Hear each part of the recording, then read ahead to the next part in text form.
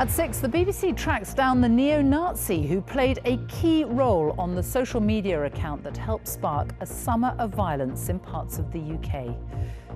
You posted an arson manual. Do you accept any responsibility for what you did? He is 20 years old and lives in Finland. We explain how this man helped trigger widespread violence from abroad. Good evening. We start tonight with a BBC investigation that has tracked down the neo-Nazi who played a crucial role in social media posts that helped spark the summer of riots. Violent disorder swept parts of the UK following the killing of 3 children in Southport in late July. Social media platforms faced criticism for inflaming tensions and mobilising rioters by hosting extremist rhetoric and sharing locations to be targeted. One such platform, Telegram, shut down some of the worst channels, including one called Southport Wake Up that had gathered around 14,000 members. Well, our UK editor, Ed Thomas, has found the man who played a key role on that account, and he travelled to Finland to confront him. Inside messaging app Telegram's extremist accounts. For the first time, we confront the neo-Nazi who created these posts. We reveal his true identity and his key role as an organiser of this summer's riots. Our journey to understand how a senseless killing of children in Southport could spiral into chaos has led us here to the Finnish suburbs. So this is who we're trying to track down. His Telegram account is known as Mr. AG, but we know his real name is Charles-Emmanuel Mikko Rasanen. He's 20 and he lives on the outskirts of Helsinki, and his Telegram account was instrumental in provoking the riots across the UK. We traced him here to this apartment block. This is it, 2nd floor. Rasanen. It was from here, after the Southport killings, he became an administrator, a leader of this Telegram group called Southport Wake Up. It had nearly 14,000 members and was crucial to planning unrest across the UK. The first protest in Southport was organised here. This poster was made. Followers joined together to discuss other locations, and later a list of dozens of refugee centres to target was shared in the group.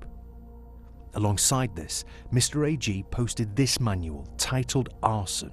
He writes, "Something fun for you to read. Take care." We're not fully showing the manual, but it was originally made by Russian fascists and details how to avoid the police and target Muslims and Jews.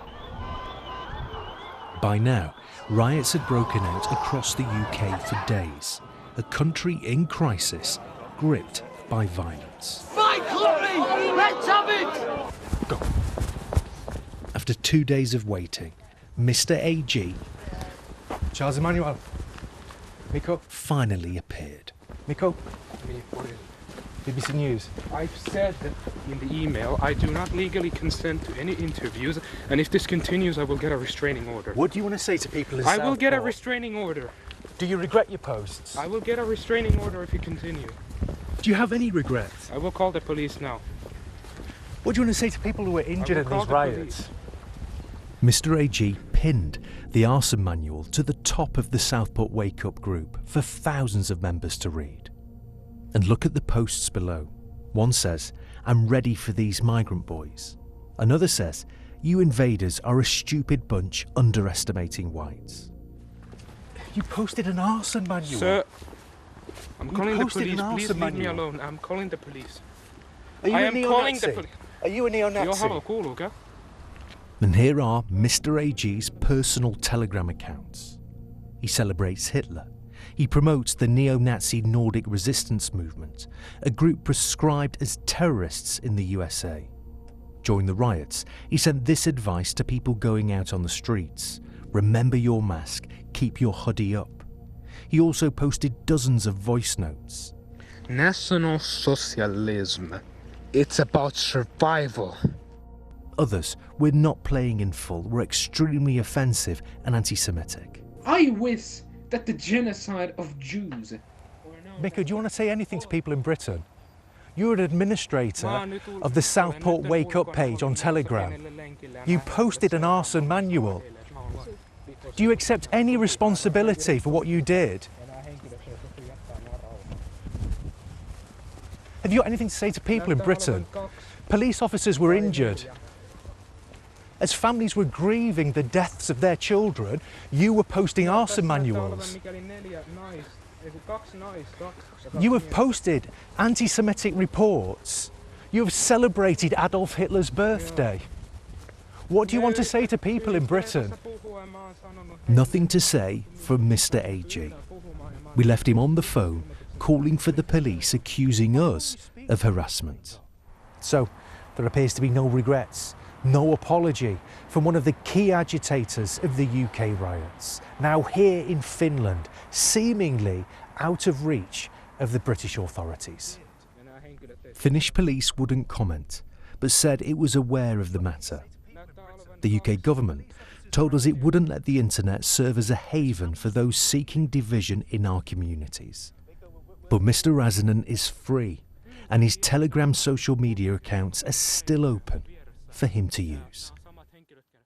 Ed is with me now. It is extraordinary watching that. What one 20-year-old man in Finland can help trigger from abroad using social media. Yeah, sure, it's a fair question, and many at home will be worried after watching this, and they'll be questioning how can this be allowed to happen. They'll be questioning why there have been no consequences for this man in Finland. It's been months since the riots now. And Sophie, just to underline how serious this is, we've had reaction from Jonathan Hall, KC. He's the government's independent reviewer of terrorism legislation. He says Mr. Rasanen should be prosecuted here in the UK under terror laws. I think this is yet another wake-up call to the power of the internet. I think that although we know it's happening, we don't fully absorb just how significant it is. That's about the reach of this sort of material, the ability of one neo-Nazi in one country to find another neo-Nazi in another country, and hey presto, they can start to try and organise, they can start to exchange information, tactics, how you carry out arsons, and we simply cannot underestimate the significance of the internet to terrorism. I've been doing my job for over 5 years now. It is undoubtedly the major thing that has happened since I started my job. There, Mr. Hall is clear. He says society needs to wake up to the dangers of the internet and messaging apps like Telegram. He says last year, around half of the terrorism propaganda cases he looked at involved Telegram. Now, we asked Telegram for a statement. They said its moderators removed UK channels calling for violence during the riots, and that included the Southport Wake Up group. The government, in response to our report, said it was working at pace to implement the Online Safety Act. Now, that is the power to say to these big tech companies, remove your content, it breaks terrorism laws or misinformation, and also to have the power to enforce that call. But Sophie, right now, we're still waiting for that to be called into action. Ed Thomas, thank you.